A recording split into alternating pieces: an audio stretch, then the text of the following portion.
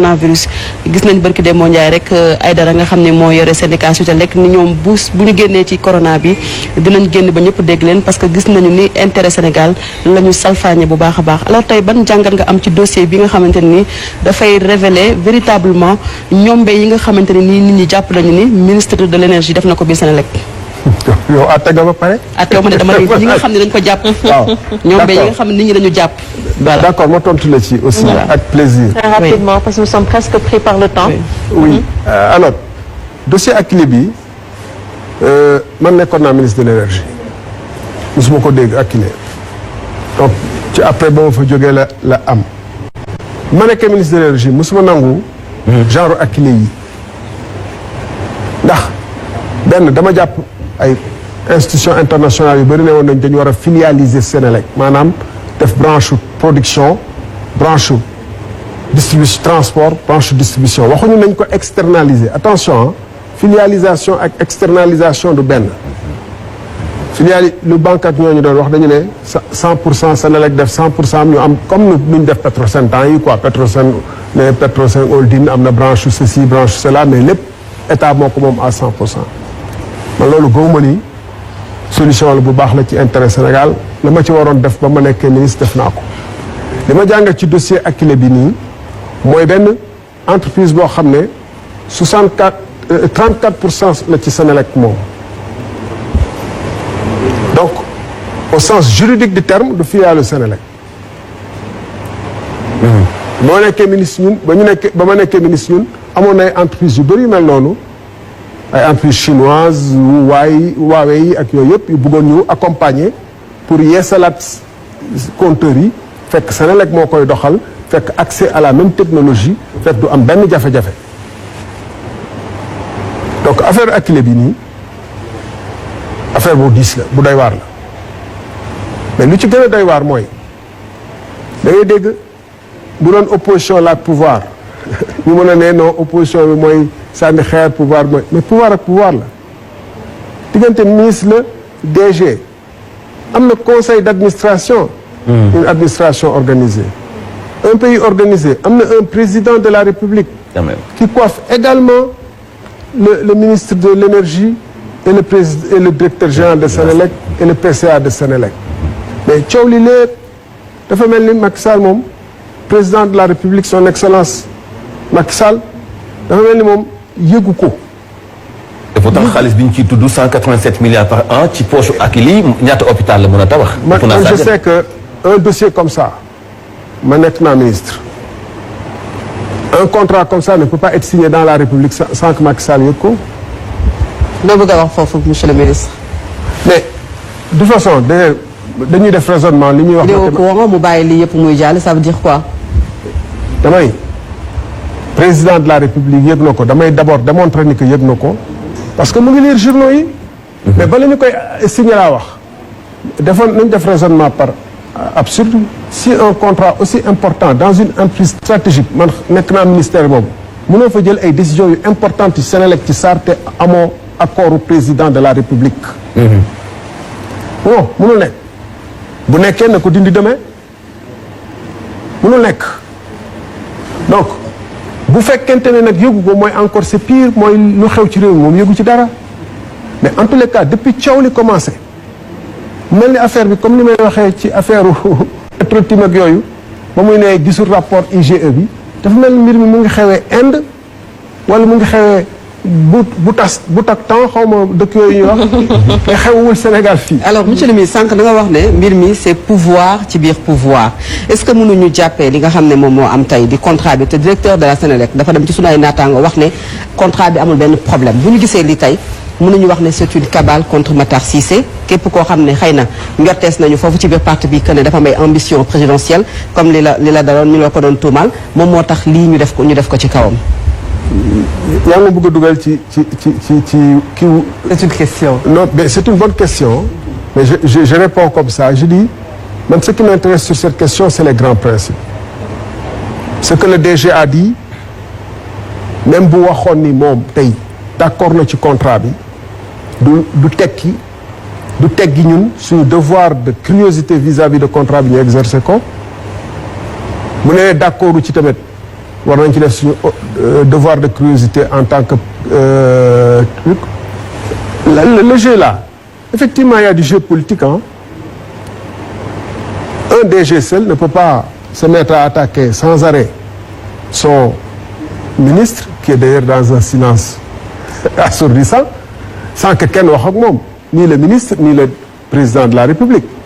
Comme si il s'agit de guerre entre bu doon États-Unis parti démocrate ak parti républicain, bu dee fii ñu ne entre opposition au pouvoir.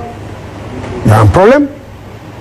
Il y a un problème. Alors, est-ce qu'il y a un capitaine dans le navire qui doit dire siffler la fin de la déclaration, prendre les dossiers en charge et voir où est le problème? qui est derrière le DG de la Sénélec selon ci yow. Non, moi, je dis am na kuy seetaan, ça veut dire que ne am na ku nekk ci ginnaaw waxul dara siffler wu fin de la déclaration. État est organisé, tel que notre État est organisé, et tel que l'administration centrale est organisée. Je résume. Bëgguma ñu pàccal mi.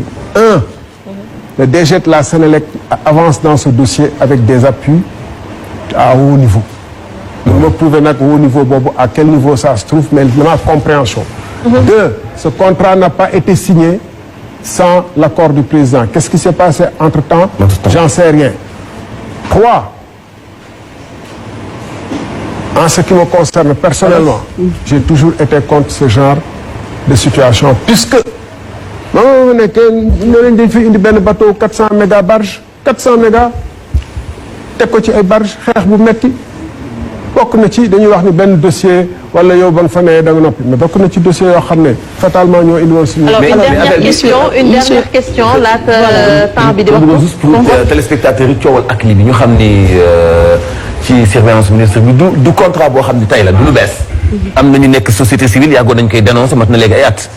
problème bi kay mooy ñoom ñëpp dañ ko yëg lan moo xew ci diggante bi nag ci diggante bii ndax nag bu ñu tong-tong la après mata yi tolloowul xëy na ku nekk ni ngi ciy gisante seen bopp wuute wala déet parce que akili bi du tey biñ ko commencé dénoncer ak léegi da ngay présenter journal ëpp na 1 an donc yàgg nañ ko signé la moo tax ñu noppi woon boobu ba léegi ba tey après mu justement pour dëggal li nga wax Mansour Balla Moussa Fofana di expert nekk ci Canada njëkk a soulevé dossier bi lu yàgg ba mu am moom sax ñu ko doon contredire biir Senelec te tey ji ñoo taxaw tey porté combat bi alors monsieur le ministre ñu ngi wax ci conflit d'intérêt ci mbirum pétrole bi ak gaz bi waxati mbirum conflit d'intérêt ci mbirum Senelec alors tey yow en tant que président République des valeurs loolu lan la inspiré est-ce que tey bu ñu continuer nii est-ce que Sénégal dina ci génn bon Sénégal de toute façon ñun ñëpp gis nañu que c'est un monde de réseau maa ngi wax ak surtout nag ak jeunes yu may déglu ak sénégalais yu moom Sénégal cordonniers yi tailleurs yeeg ñu nekk ci àll bi di dund ay jafe-jafe moom Sénégal. Sénégal c'est un pays de réseau dañ fi teg benn réseau boo xam ne ñu nekk ci kaw ils font tout pour se servir entre eux xam nga yëg nañ fi am na ay juges yoo xam ne dañ leen cëraloon ci temps Macky Sall ñun yuuxu nañ ko fi ba sonn. wax ni que jaaduwut ñu yóbbu leen 65 ans 68 ans ba ñu jeexalee au lieu ñu dem noppaluku dañ leen tegaat ay station d'attente jox leen ay fromage en attendant ñu ne kii fii nga jëm kii fee nga jëm. Vous voulez dire qu'il y a toujours quelque chose derrière? Non, je veux dire que c'est un pays de réseau. c'est-à-dire am na ay forces yoo xam ne des conseils économiques des institutions yoo xam ne dañ fi ne pour jàppale président de la République. bu ñooñu tamit en retour ba seen giiru dund. président ba ñuy sangu suuf président dina fexe ba ñoom it seen i lu ñu waxee entre guillemets teraanga ñu yor ko. système boobu nag dafa dem ba graaw ba nësaxal l'esprit de la République. ñu ngi célébrer suñu 60e anniversaire u indépendance. Du temps de Senghor et même peut-être à une moindre mesure du temps de Diouf. nga xam ne ñun on l'a combattu durement. ñun ñu doon wax la génération malsaine même du temps de Diouf ça n'avait pas atteint cette proportion boo xam ne dañuy def des choses totalement antinomiques à l'équité à la morale à l'éthique aux valeurs de la République ndax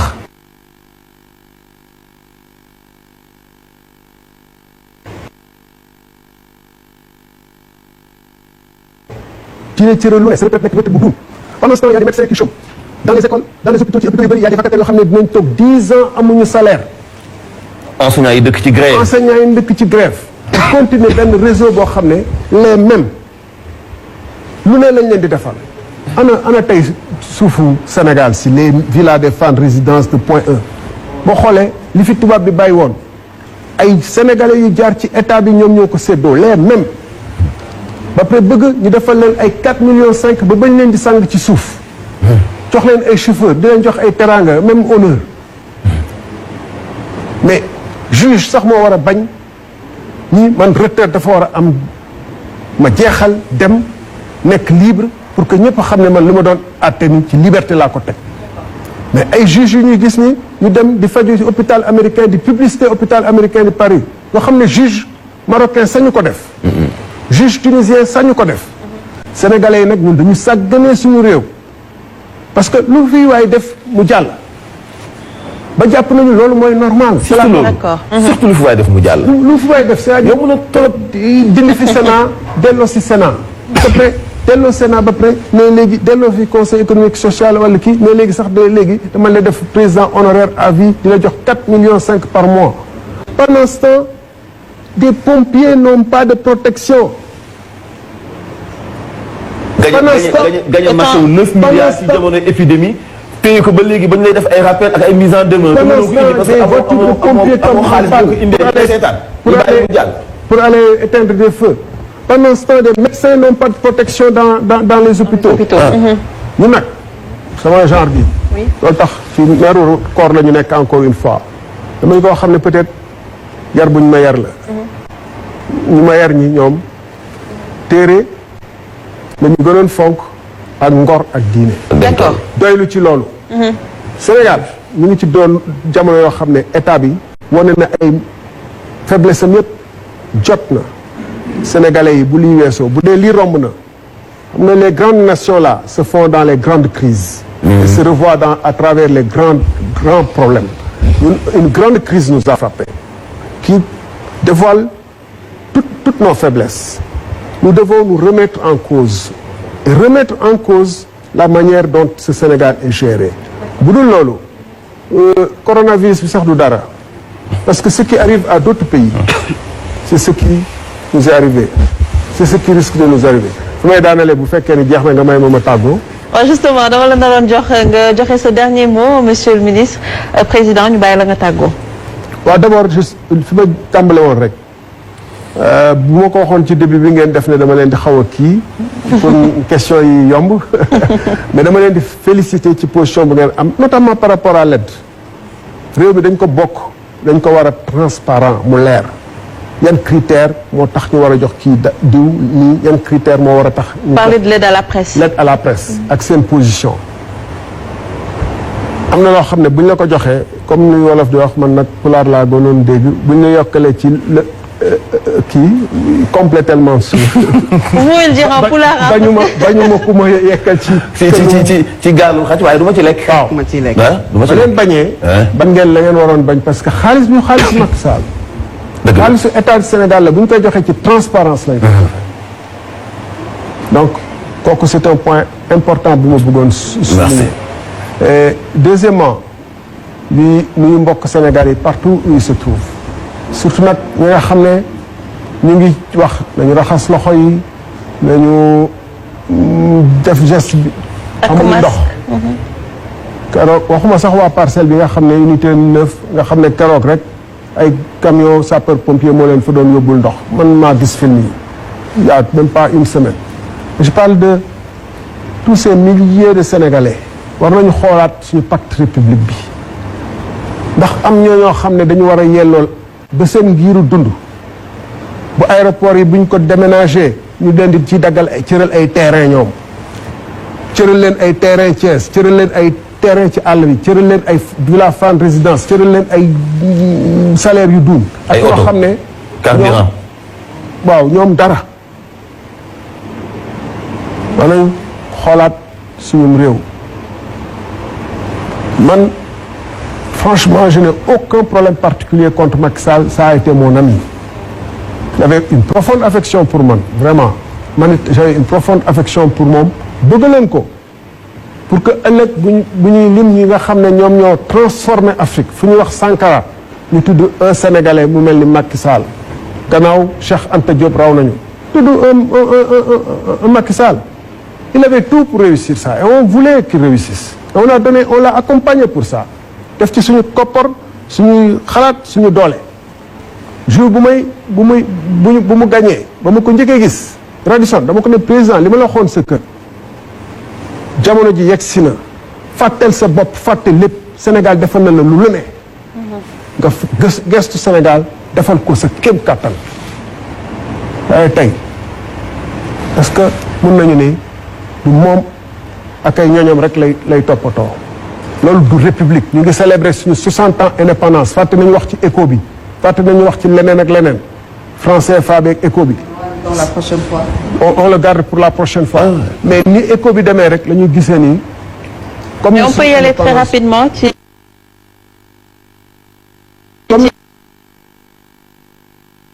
suñu indépendance ak 24 avril suñu indépendance bi su ma def 24 avril. dafa xoolee li histoire yi 24 avril dara xewul Dakar kenn célébré wu dara.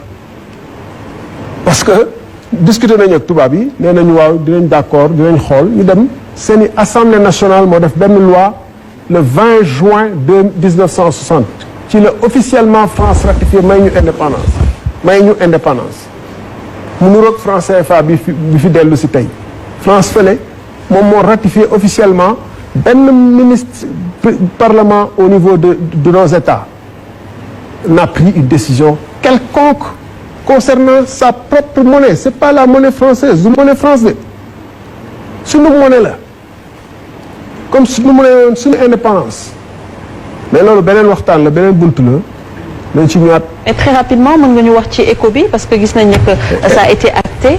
mais éco bi xam nga man je dis combat global bi du rek éco indépendance la.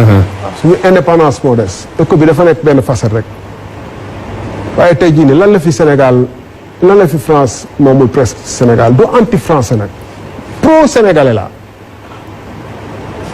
ñooy Sénégal France nous appuie mais Sonatel ñaata lañ ko jëndee woon ñoom 37 xaw ma 72 milliards.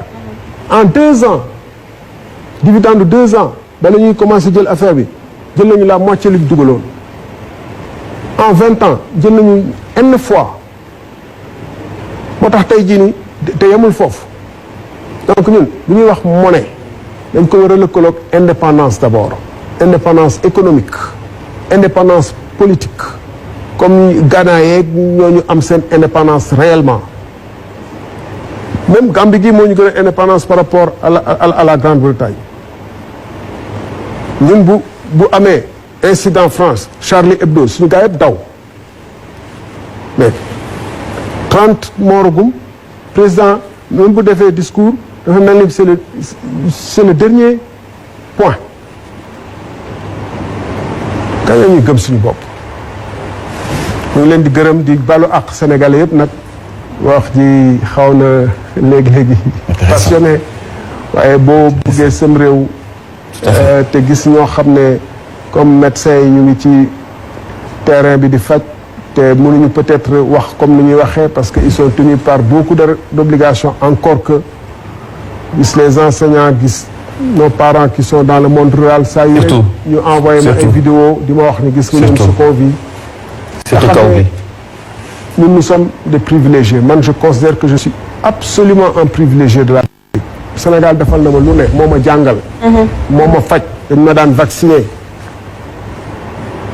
jox ma ay cahier su ma way jur naru moo bu fekkoonte ni kii boobu daara ba laay des donc bu ñëwee ba toll fii nii war nañ jéem dara pour delloo ko réew mi loolu rek la loolu rek la japonais bi réewam dalal na ko dee allemand bi réewam jaral ko la pour ñu gëm suñu bopp il faut ñu gëm suñu bopp d'accord très bien alors merci monsieur le ministre d'avoir répondu à notre invitation merci débat bi amoon na solo lool loo tax